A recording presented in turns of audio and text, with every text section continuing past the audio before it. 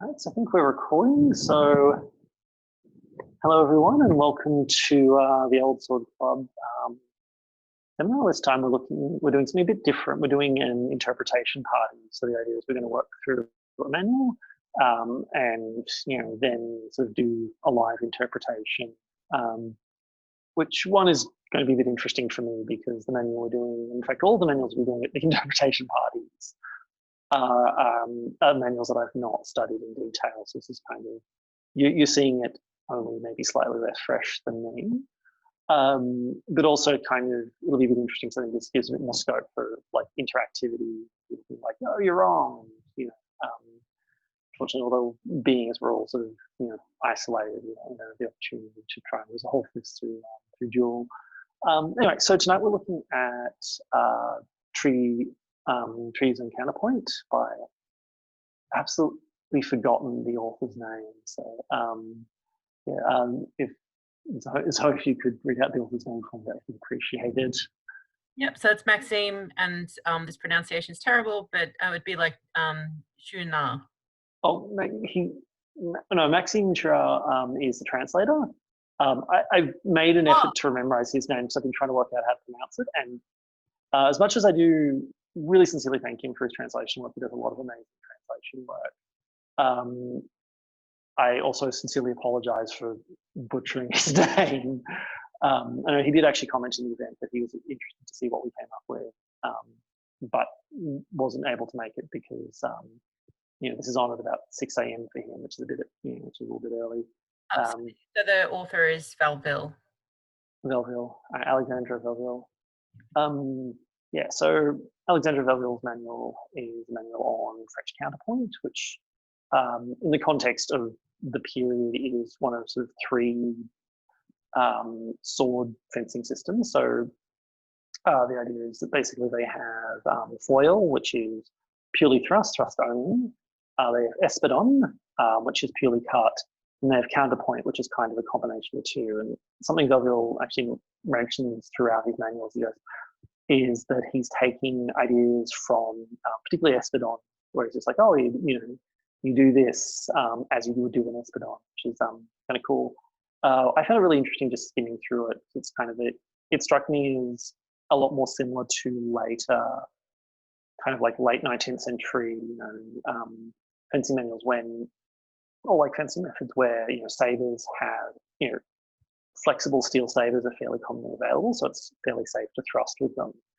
But drawing on sort of most of my knowledge is of like British sword fighting, so I'm going to draw a lot of comparisons. And if people know more about the history of like French fencing, and I'm welcome to jump in and sort of bring us back to the topic of this French method.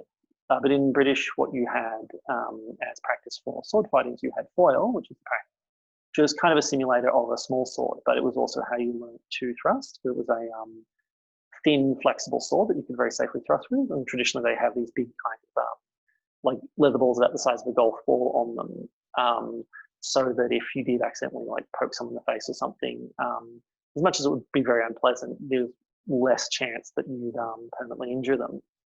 Although you weren't meant to thrust to the face, because again, the risk of injury, which is also where foil fencing gets its only targeting the body from.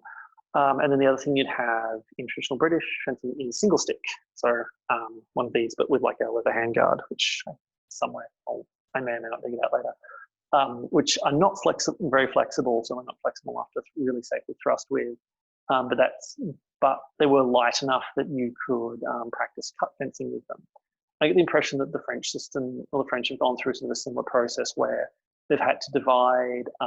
They haven't been able to make perfect simulators, or if they, well, they probably had, but they'd be very expensive. They'd be very, very expensive, and simulating swords or using training weapons tend to break or get a lot of wear on them. So you don't necessarily want to be buying expensive training simulator every so often.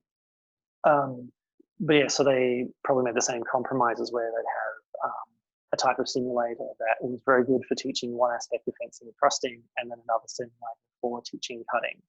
Although what's interesting is the manual does depict training swords. You can tell because they've got like button tips. but they are also very, very obviously metal swords, which is kind of interesting. So this might, it may be that this was, or there's an expectation that, only for very dedicated fencers, very wealthy fencers who could afford a simulator to do both cutting and thrusting would practice this directly, and everyone else would have to kind of make the just foil and whatever sort of cutting simulator they had. But yeah, the manual itself is really, really interesting. Not least for this because this is a Napoleonic Wars era, or very close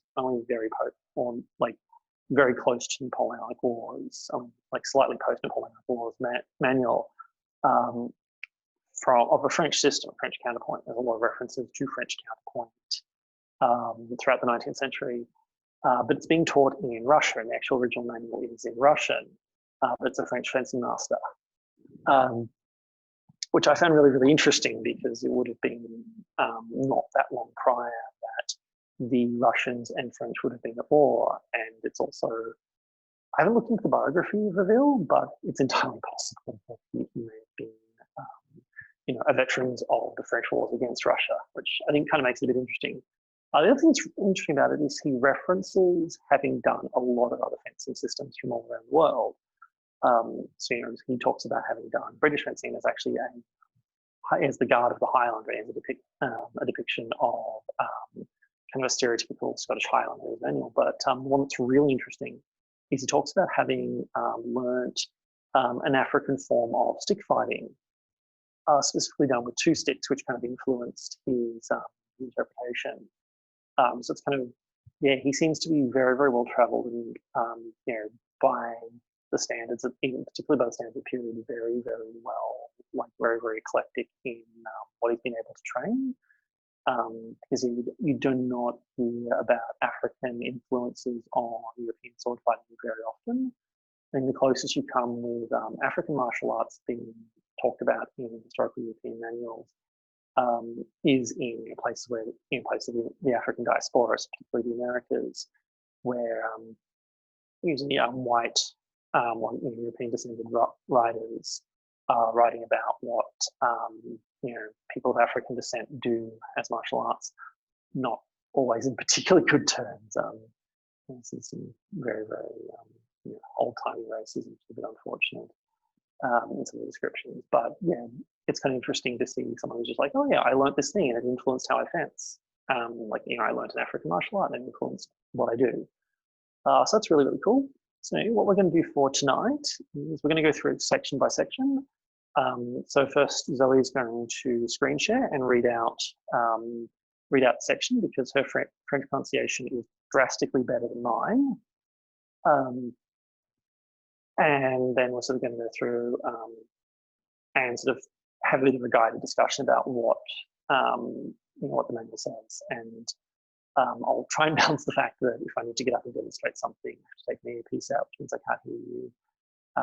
With the fact that I do, like, you are welcome to give your own input. Like, this is an interpretation party, not an interpretation Tim monologues. But obviously, like, I probably will talk a lot anyway, just to keep things rolling. Anyway, so let's launch into it. So I think we're going to pause recording and then start again with the section.